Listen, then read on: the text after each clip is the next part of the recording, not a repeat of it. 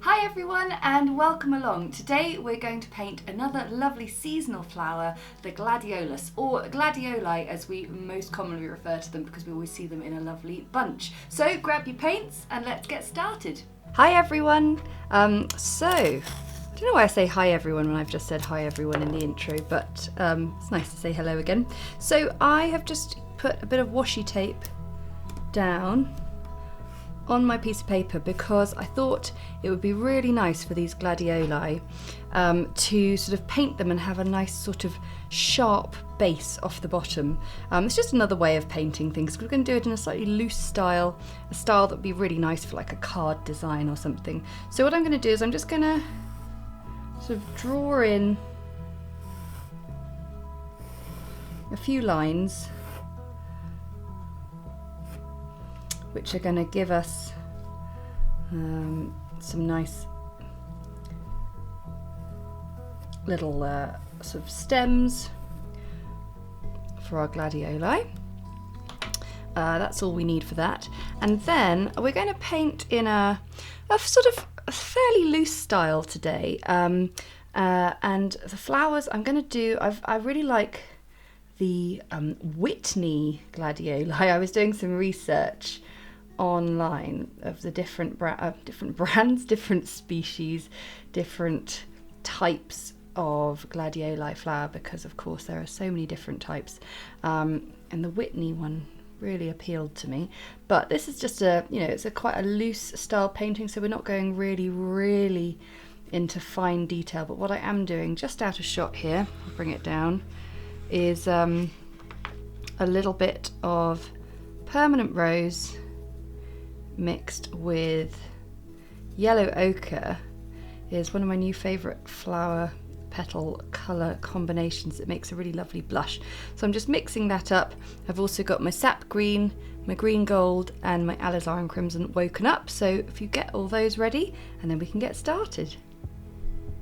Okay, everything is set up and adjusted and ready for painting, and I'll be constantly sort of adding to my mixes in my palettes when I run out.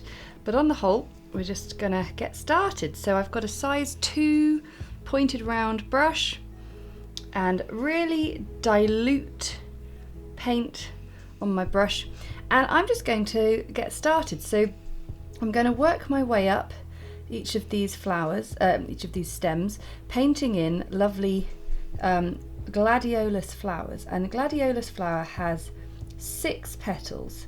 What I'm going to do is I'm going to paint in 3 to begin with,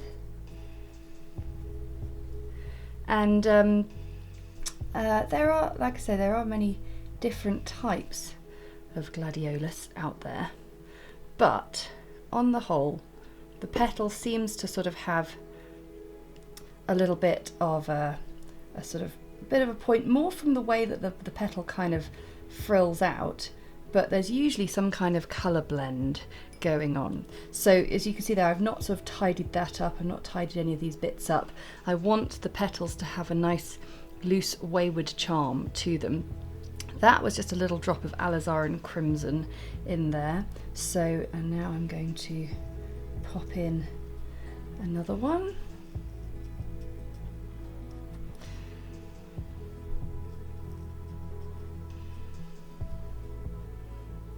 A little bit of Alizarin Crimson, just a dab. We don't want too much, we don't want it to travel too far along the way. And we want to make sure that the petal colour is lovely and translucent.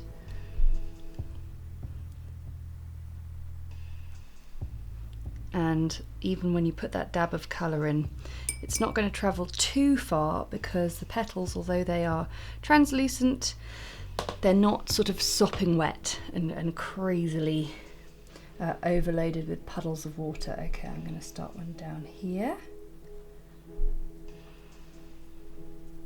So whether you like to sort of do the brush stroke in one, really squish it down, you might still need a little bit extra, another brush stroke.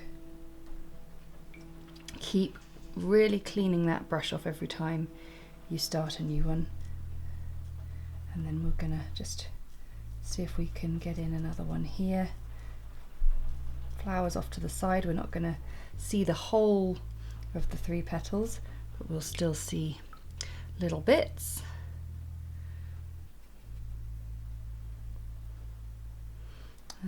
So yeah, I'm just gonna work my way, sort of making have clusters of flowers that we're going to start to have them sort of be slightly more bud-like as they go up.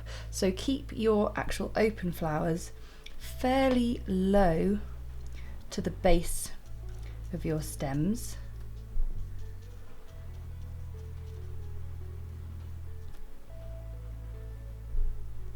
And then we can add in the buds next.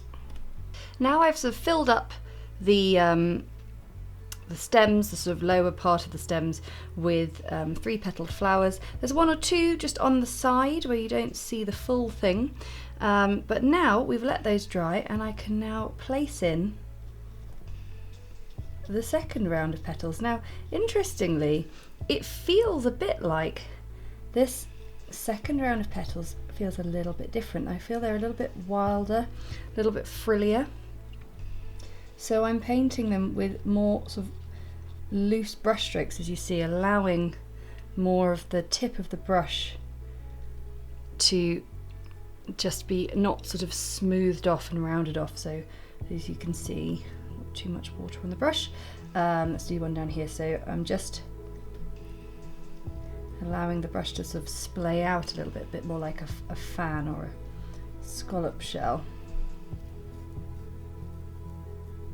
And it's little attention to detail like this that allows what is seemingly a loose, not particularly detailed painting to actually have a real essence of the flower that we're trying to depict. Now, there is definitely going to be some overlapping of the flowers now, so I'm just being a little bit sort of strategic in terms of which flowers I paint. For example, I painted that one first, left that one there, and painted the others down here that weren't too close to it. I'm just going to leave that one whilst I paint others in, and just sort of allow the flowers around the edge to dry.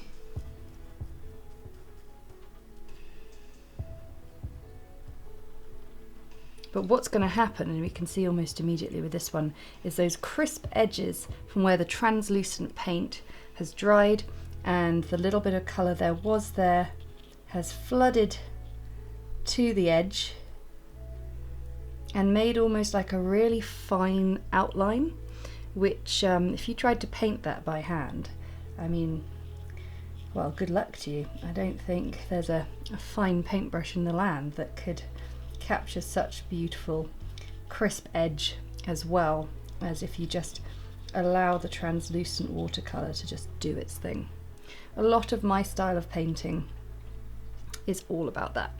And actually, what I did want to say, I want to say a huge thank you to everyone for supporting the channel it's coming up to 2 years. Can you believe it? We started it in the pandemic because all our other work disappeared, and so we had time on our hands and felt there was a real need for helping people find a nice therapeutic outlet, and watercolour painting just seemed so good for everyone's mental health. So we started up the channel, and I just want to say thank you. And if you're wondering how you can support the channel, just by keep liking, commenting, subscribing, and of course if you do need any art supplies, you can just head over to my Etsy shop, and you can pick up the paintbrushes, you can pick up paints, paper. It's all there, and we ship globally. But I just want to say a huge thank you, because without you we would not still be here doing this. Okay, so we can see what a beautiful array of petals that is fanning out all over the place. I absolutely love this tutorial. I haven't really thought about painting Gladiolus. It's funny because I've always heard it referred to as Gladioli, and then I suddenly realised, that must mean plural of Gladiolus. because it's so much nicer to see these in a bunch or a cluster. Now, I might have timed that a bit too soon, not allowed that one to dry 100%, but I'm going to give this one a go here. So I'm just gonna, it's going to be a bit tactical.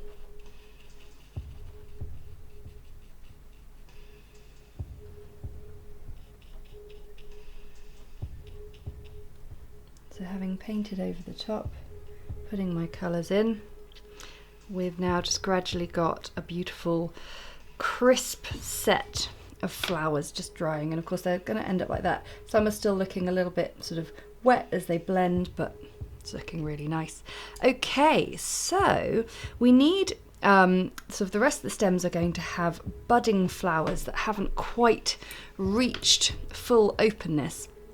So we now need to be quite clever with combining the green stems with the sort of partially open flowers, and I've noticed that there's actually quite a bit of colour of the flower in the stem as well. So I've got some Alizarin Crimson over here, and I'm just going to mix it into a rather not the nicest colour, just gently mixed it with a little bit of Sap Green to create this kind of deep sort of, well, it's a sort of sludgy plum colour, but it is a useful colour for this. So we're going to go cautiously, still with my size 2 brush. It's very important at this point that you just clean it off, blot it off on your kitchen roll, because we're using green, which is a, well, it's a complementary colour to pinks and reds. So let us begin. So I'm going to use the pencil line. I'm going to start with this one, which doesn't sort of obviously have a huge amount of the sort of any sort of flowers on them, and I'm going to sort of use the tip of my brush, travelling upwards, and I'm going to place in a little bit of that dark colour into a little sort of sepal coming off the side, carrying on up, squish the brush down, lift it up the tip, and the first sort of part of this stem we're going to do is the darker colour. So I'm just going to keep going up, squishing down the brush, lifting it up gradually till we get to the tip, popping in a bit of that deep dark colour. It's important not to sort of spend too much time overworking the shapes. And as we get to the top, these little brush strokes start to get a bit closer together, and we'll just drop in a little bit of colour.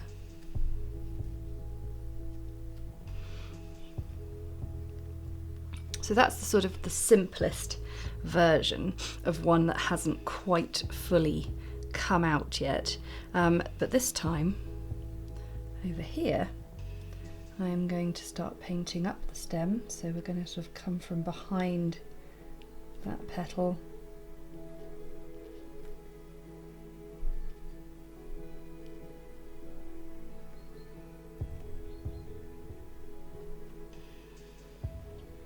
This time I'm just going to sort of paint in some of these, because we're also going to have some of the budding flowers there as well. If this feels a little sort of confusing, it's because I keep looking at my reference photos and going, well, actually there's quite a number of ways in which you could choose to order this, and it could be down to personal preference. But what I'm going to do with a smaller brush here, I've just got a 3/10. I'm going to take my petal colour, just mix up a little bit more,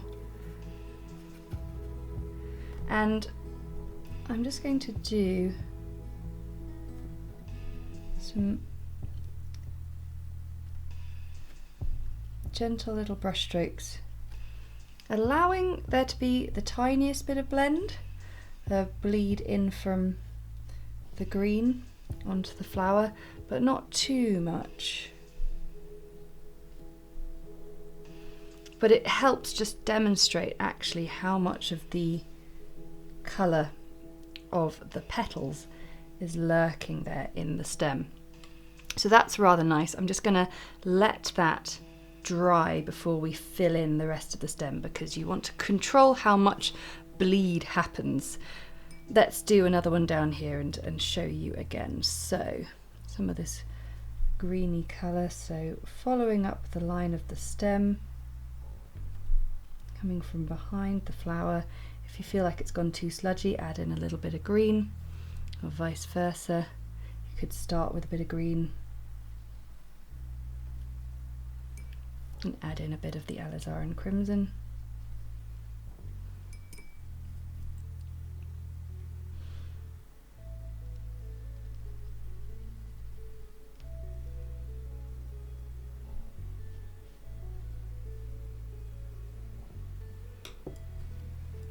You could always take your smaller brush if you just want to tidy it up a tiny bit. But yeah, try not to overwork it. It is a loose depiction after all.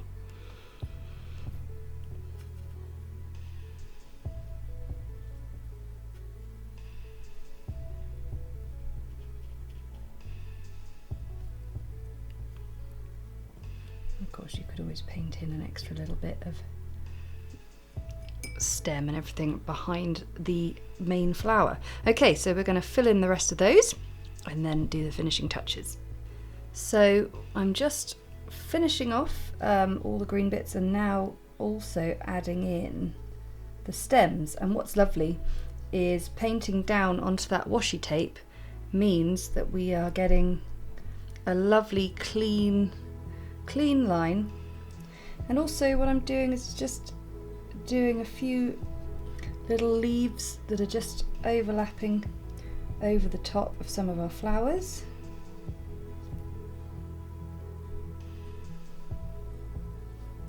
Which just gives the whole piece a lovely kind of cohesion and energy. And because these flowers are nice and dry, that means it works really nicely. I'm just dropping in little bits of Alizarin Crimson here and there.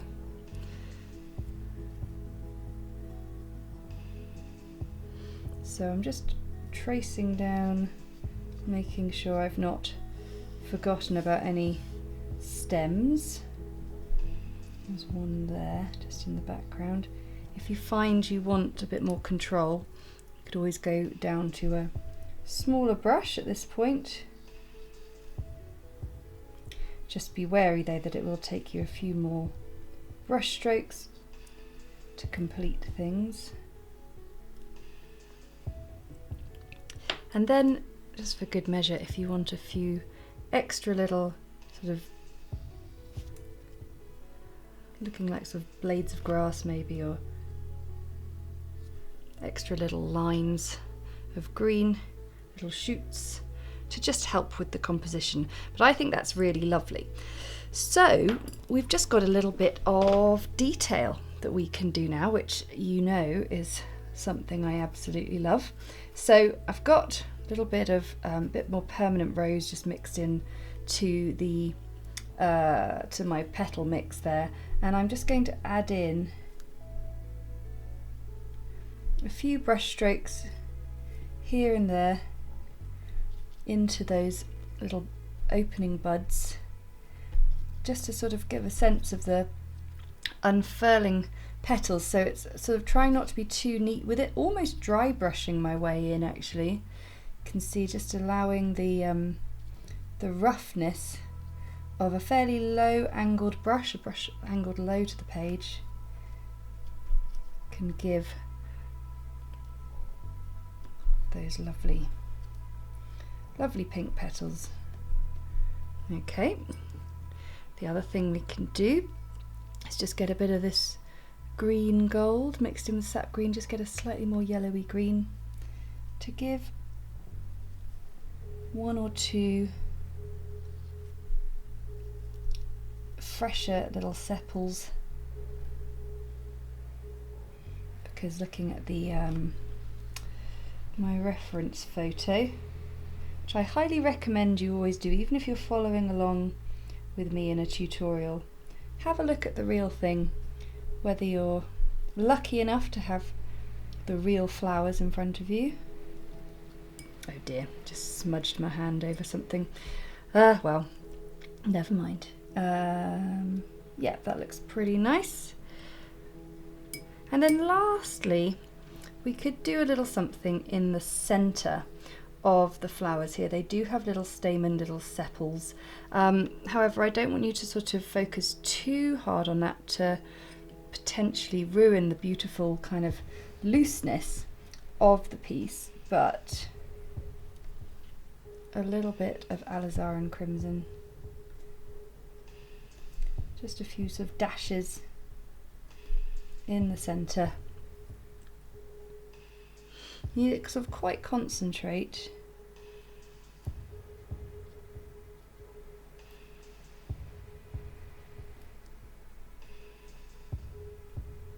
And just sort of a little bit random, nothing too sensible. And yeah, and I mean, this is the point where if I was sort of just painting on my own, I would keep going, finding extra little bits here and there to just add a little bit of extra dark green, little low lights, little highlights. But you know me, I'm a sucker for just a little bit more detail here and there. But this is a loose painting, so I'd say we're done. So let's peel off the washi tape. Oh, and look at that, what a lovely satisfying little bit of painting. So we're going to rub out the pencil, tidy up our little marks, and yeah, then we'll see how we're finished. So yes, using a little putty rubber just rubs out the pencil because we've been painting nice and translucent. And then the other thing for little paint splodges, I've managed to minimise this one by using a clean brush, clean water, and just sort of rubbing over the top of it and then just blotting it out a little bit. But the hope is that you'll be able to actually avoid splodging your piece with your hand. I hope you're a little bit more neat and tidy than me. But yeah, I really hope you enjoyed that one. I'm really pleased with the outcome. Thanks so much for watching. I really hope you enjoyed that one. I want to say a massive thank you to my patrons for their support, because that support enables us to keep creating videos like these that everyone can enjoy. And if you enjoyed it, then hit the like button and comment below to let me know how you got on. And don't forget to tag us in your social media posts if you're sharing your art online. And of course, if you never want to miss another video, then hit the subscribe button and that little notification bell. And I'll see you again next time. Bye!